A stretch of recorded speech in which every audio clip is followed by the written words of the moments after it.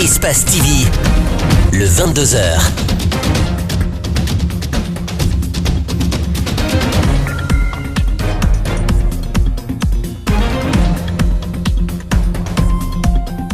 Bonsoir à tous, bienvenue au 22h, la grande édition de la soirée. Voici tout de suite le sommaire de ce journal. Visite d'anciens chefs d'État à Conakry, de François Hollande en passant par Nicolas Sarkozy ou encore Abdoulaye Wade, tous ont été reçus par Alpha Condé.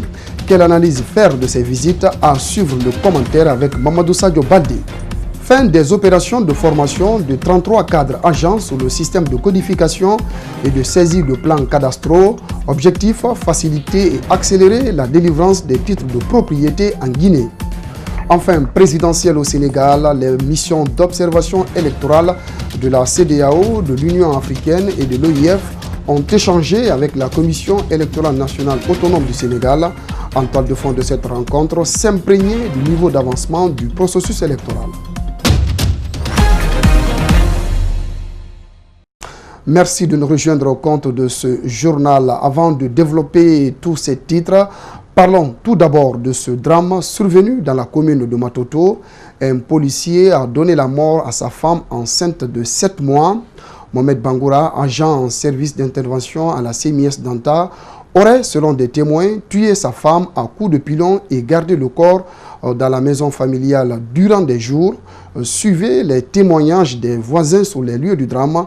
Mohamed Valek Touré, Ibrahima Sori Sengsouma. Le drame s'est produit dans la concession Kissia, sise au quartier Tomboulia, dans la commune de Matoto.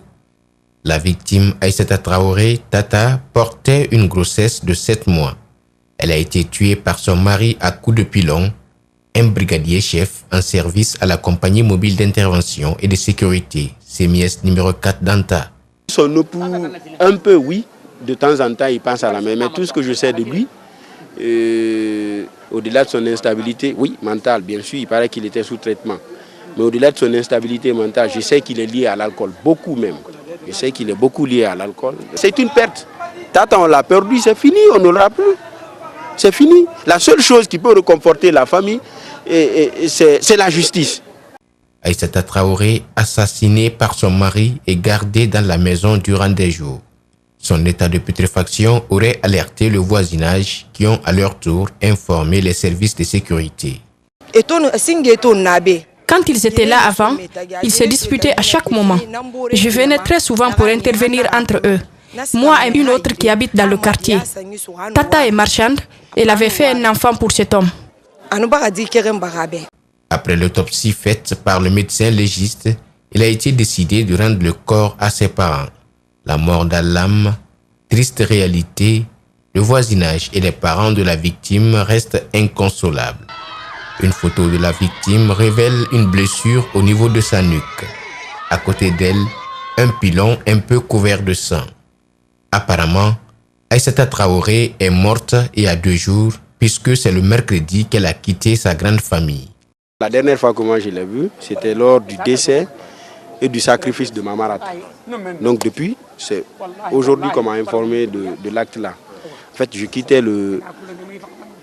quittais la mosquée, il y a mon jeune frère qui m'appelle que Tata est décédée. Mais je n'ai pas pensé à cela. Pour moi, je sais que déjà qu'elle est en état de famille. Pour moi, peut-être que c'est lié certainement à l'accouchement. Le crime est devenu récurrent ces derniers temps à Conakry. Après le cas Bambeto, la semaine dernière, c'est une autre scène qui vient à nouveau se produire.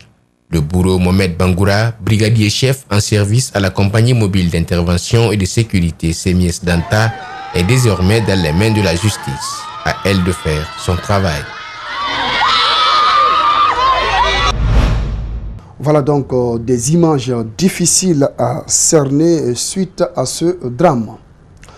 La visite de l'ancien président français Nicolas Sarkozy suscite des interrogations au sein de la société civile guinéenne. Les velléités d'un soutien du 3e mandat, la perpétuation de la France-Afrique taraudent les esprits. Dissuader un président qui garde un mutisme sur le changement de constitution ou bénéficier les largesses du chef de l'État guinéen. Revoyons tout cela dans ce commentaire signé Mamadou Sadio Baldé. 5 ans à la tête de la France, l'ancien président français n'a pas foulé le sol guinéen. Acculé par la justice de son pays, battu lors des primaires de son parti à la présidentielle de 2012, Sarkozy n'a pas caché qu'il a envie de rebondir. Tout au moins, les appétits politiques lui collent encore. En dépit de toutes les supputations possibles, il pourrait être un bon conseiller. Pour dire au président, l'actuel président de la République, il a fait 2 mandats et puis écoutez, le 3e mandat n'est plus possible. Ce ne sont que des hypothèses pour l'instant parce que le président, en tout cas le gouvernement n'a pas fait un communiqué officiel. Mais si l'on se réfère au passé, entre la classe politique française et les chefs d'État africains, il y a de quoi avoir froid au dos. Sans oublier qu'avant d'être porté à la tête de son pays, le financement de sa campagne a fait du bruit. L'élimination physique du guide libyen, il est encore fortement pointé du doigt. Je pense qu'en partant même d'une déclaration du président de la République guinéenne, on sait que, disons, la France-Afrique existe. Souvenez-vous de son discours en Côte d'Ivoire, il dit qu'il faut couper le cordon ombilical. On coupe le cordon parce qu'il est là. Est-ce qu'il a été coupé? Grosse interrogation. Mais de toutes les façons, en tant qu'activiste des droits de l'homme, je dis et je le réitère, M. Sarkozy n'est pas un bel exemple en matière de promotion et de protection des droits de l'homme. France-Afrique, oui, les lobbying possibles, pourvu que les populations tirent le meilleur dans toutes ces tractations qui, pour le moment, le citoyen lambda ignore.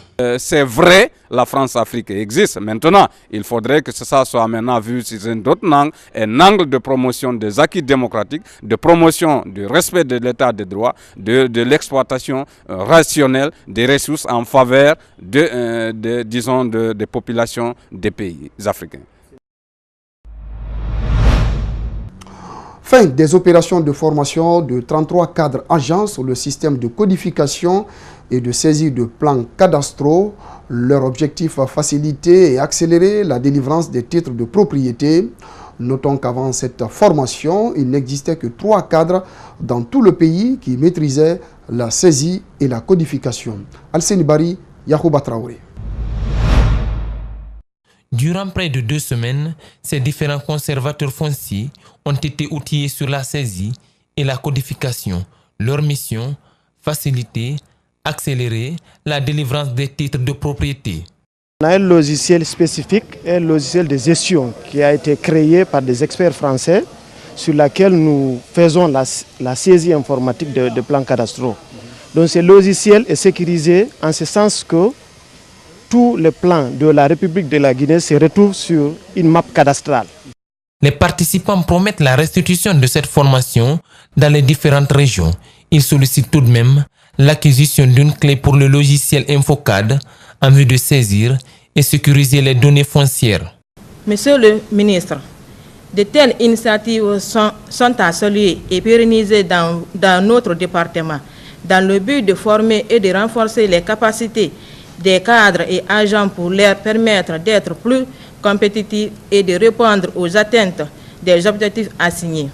Avant cette formation, seuls 3 cadres maîtrisaient la saisie et la codification.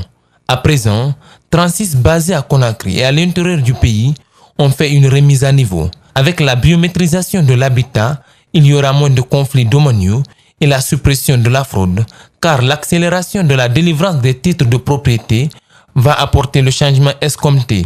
Nous allons mettre à la disposition de ces bureaux de conservation foncière non seulement le matériel informatique, mais nous allons mettre à leur disposition tout ce qu'il faut pour que les choses se passent correctement. En tout cas, je voudrais ici, avant la clôture, insister que cela soit restitué. Je tiens à préciser ici que nous allons prendre toutes les mesures pour suivre la restitution. Il faut que dans chacune de nos directions préfectorales, nous ayons des personnes capables de faire les saisies et les codifications. Dans le même sillage, le ministère de la Ville a bénéficié d'un don de 185 cartons de matériel bureautique, 75 cartons de matériel informatique.